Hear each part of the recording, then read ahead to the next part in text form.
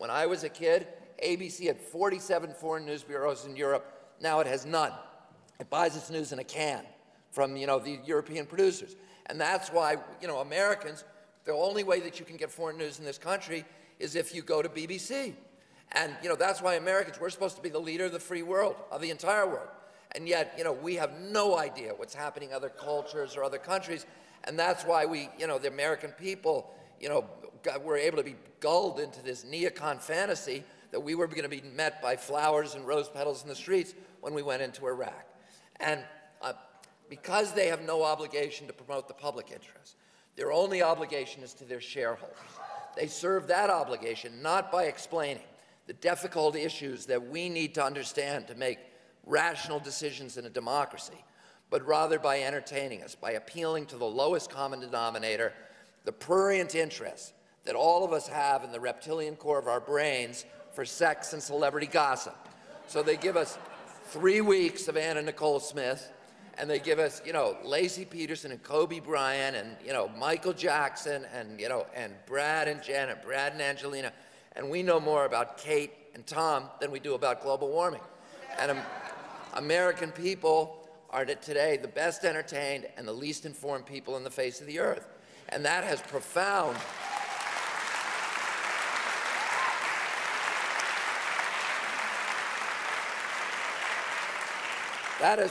implications for our democracy, because a democracy cannot function long if it does not, without an informed public.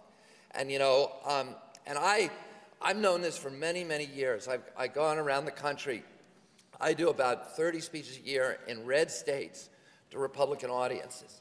And I get the same reaction from Republican audiences that I do from liberal college kids. The only difference is that the Republicans come up to me afterwards and say, how come I never heard this before? And I'm like, it's because you're getting your news from Rush Limbaugh and from talk radio. And I came to this conclusion a long time ago that 80% of Republicans are just Democrats who don't know what's going on. And that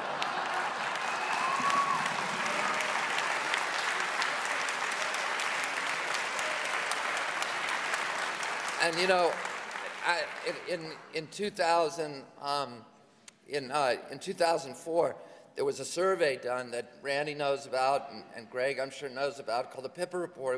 It was a survey by the Public Policy Institute of the University of Maryland. It was a national survey that confirmed my own anecdotal observations that I've been harboring for so many years about this phenomenon. Because you look on, Sunday morning television, and the pundits, we call them in my house, the Sunday morning gas bags. We're talking about, the morality difference. The red states have this monopoly on morality, and the blue states are kind of dissolute and degenerate. And it didn't jive with my experience or my own observations. And in fact, I did a piece for Vanity Fair a couple of years ago where I went and did a survey. I asked my research assistant to look at the indicia of morality in the various states. And what they found was just the opposite was true, that, the lowest teen pregnancy rate was Massachusetts. The highest was Texas. The lowest divorce rate, Massachusetts. The highest, Texas. The 10 lowest divorce rate states, all blue states. The 10 highest, all red. The 10 lowest teen pregnancy, all blue. The 10 highest, all red. A red state resident is more likely to murder you, to commit a violent crime against you, to impregnate your teenage daughter, to watch Desperate Housewives on TV, to buy pornography, to play degenerate video games like Grand Theft Auto, et cetera, et cetera. So there was this difference didn't exist. And what the Piper report showed is that Piper went out and they quizzed people based upon their knowledge of current events and their party affiliation. And what they found was that there was not a values deficit, but there was a huge information deficit among people who voted Republican. They found, for example, 70% of the people who said that they were going to vote, that had voted for George Bush, said that they believed that Saddam Hussein had bombed the World Trade Center. 70% believed that weapons of mass destruction had been found in Iraq. 65% said that they believed that the American invasion of Iraq was strongly supported on the Muslim street among Iraq's Muslim neighbors and by our traditional allies in Europe.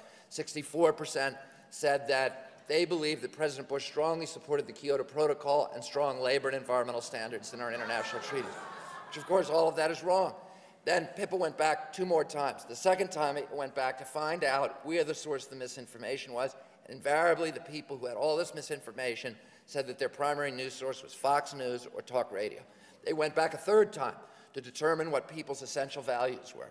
And they asked a series of hypotheticals. For example, they said, what if there were no weapons of mass destruction in Iraq? What if Saddam Hussein had nothing to do with bombing the World Trade Center? What if the American invasion of Iraq was mostly opposed on the Muslim street and among our traditional allies in Europe? Should we have still gone in? 84% of Democrats and 84% of Republicans said the same thing. We should not. So there was no difference in the values. The only difference was in the information, and that is why it is so critical to have a working press in our country.